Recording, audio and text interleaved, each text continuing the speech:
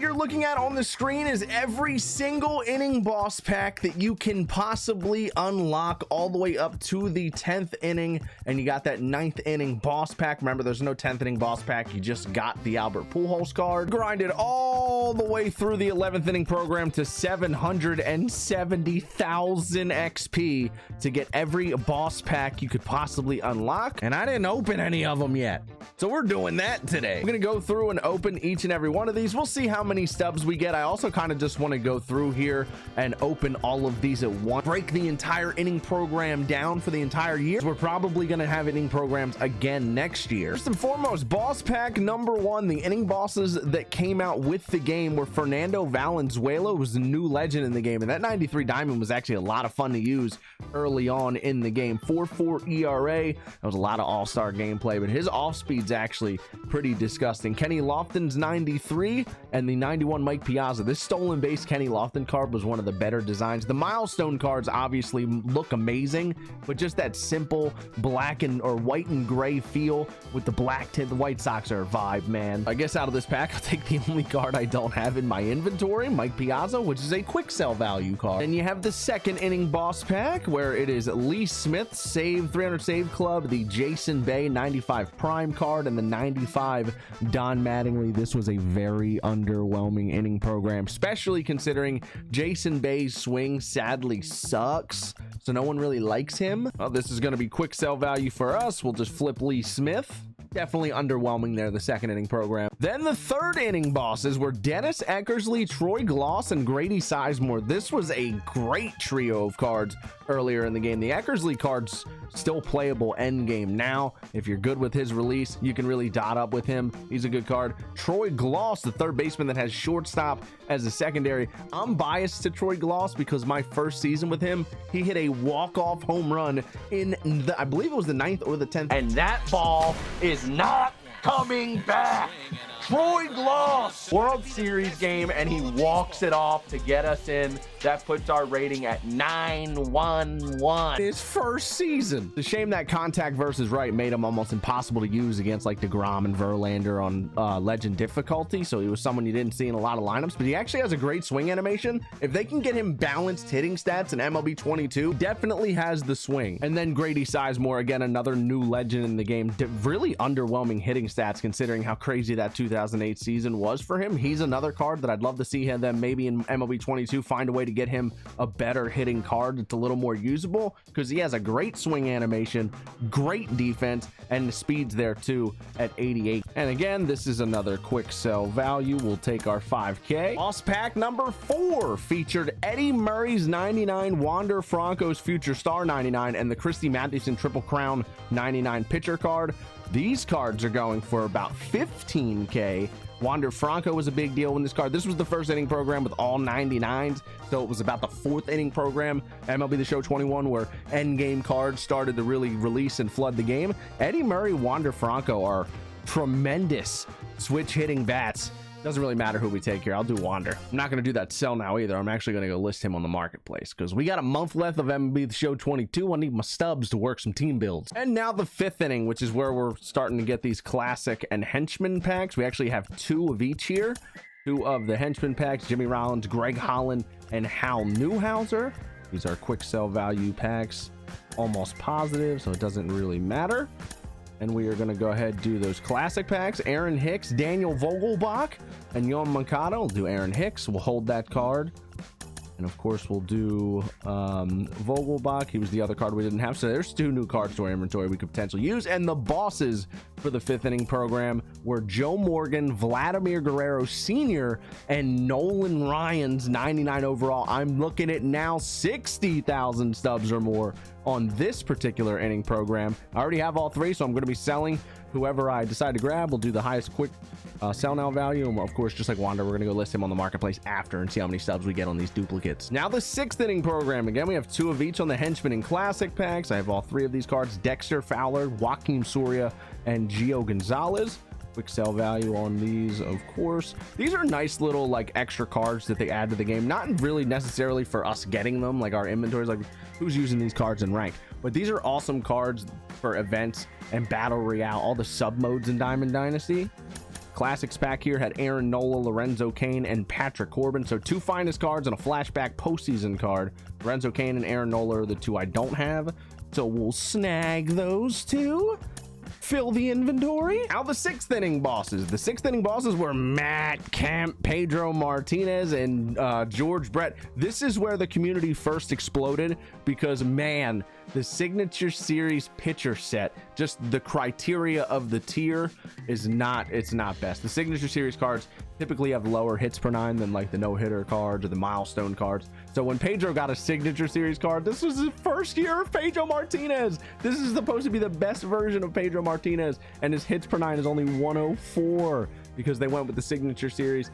Could have definitely done some milestone cards for him or some moments cards for him. That would have been way more juice. His pitch mix is great, don't get me wrong. I've beat this over. This is a dead horse at this point, but if you're for whatever reason just getting into this whole topic, Pedro Martinez should have been way better in Diamond Dynasty this year. That hits per 9 is just such an important stat, and it was underwhelming, but hopefully Pedro's card's a little bit more playable next year because the pitch mix is there.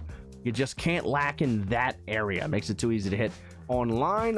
Matt Kemp, you guys already know, one of my favorite cards in the game. I've played 103 games online with this card. We are batting .507 with 21 homers and 18 doubles and 145 plate appearances.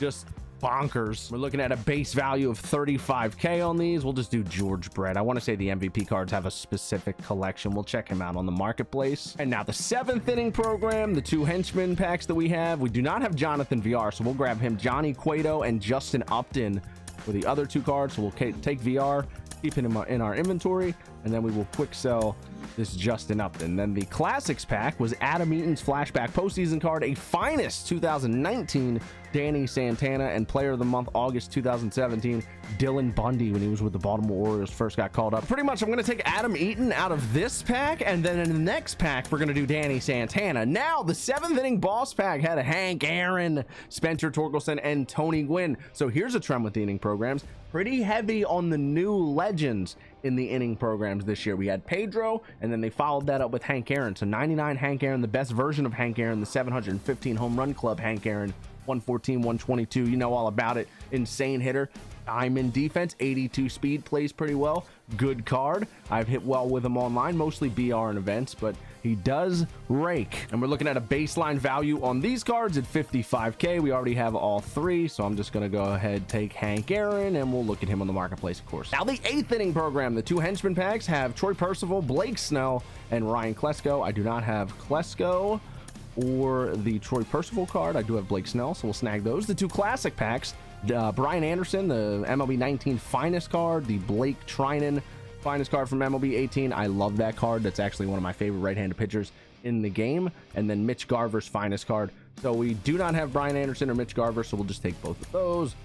Fill the inventory. And now the boss pack featured Chris Sale, Ernie Banks, and Willie Mays. Willie Mays probably saved this one. Ernie Banks has a great swing in the game, but for whatever reason, year in, year out, he's really good, but I never see anyone using him. I don't understand why that is. He's a beast. No one talks about him. And then you got Chris Sale, who just doesn't really have enough pitches to be dominant in Diamond Dynasty.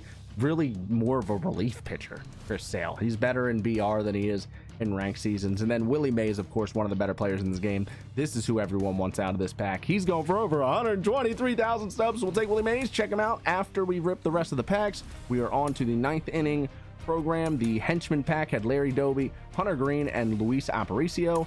I took Hunter Green out of my original pack, and we're going to take Aparicio and Larry Doby.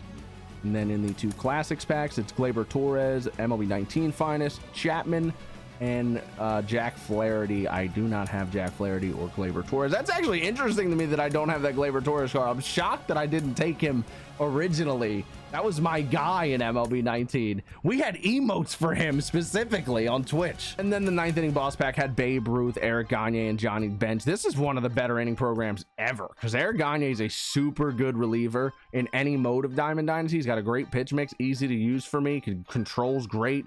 At 85, that's solid. 125 hits per 9. Babe Ruth, one of the best hitters in the game. The only issue with him is the 67 speed. More of a first baseman end game, but maybe the best bat in the game, of course. And then Johnny Bench behind the plate. I have all 3 of these guys. So again, We'll just take one and check out the marketplace. And now, last but not least, the 10th inning program, where we have 2 henchman pack, 2 classic packs. Of course, the 10th inning diamond player was just 1 player, not a 3-choice pack. Grayson Rodriguez, Francisco Alvarez, and Willie McCovey. I don't even know what the value though. Just take Grayson Rodriguez. I know Grayson Rodriguez led the minors in K rate this year though. The 10th inning classic pack was a flashback lightning player of the month pack. You had Josh Bell, Reese Hoskins, and Charlie Blackmon. We'll do Chuck Nasty. And then in the last pack, I'll take my guy Reese. Why not? I'm probably going to grab that Josh Bell too, though. List Wander Franco for 29.9. List George Brett for 67.9. Happy I didn't just take the sell now on that card. Goodness. Nolan Ryan's going to get listed for 91. And Aaron's going to go up for 87.9. This is going to be a ton of stubs once we're done. My goodness. Woohoo, Aaron Gagne. Let's talk about 230, maybe.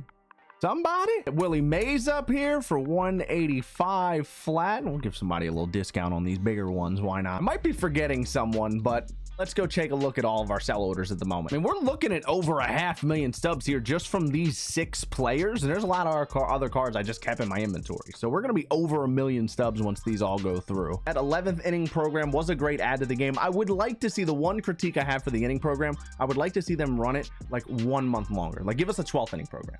Maybe even a 13th inning program, but run it like 1 more month. The game just, every year I don't realize how early the content stops until like mid-February, and I'm like, man, they have stopped putting stuff in this game and we have 2+ months until the new one. Run it for another month. I don't know. I feel like you could keep the life cycle going for another month. Events is the only thing getting updated at this point. It's kind of weird.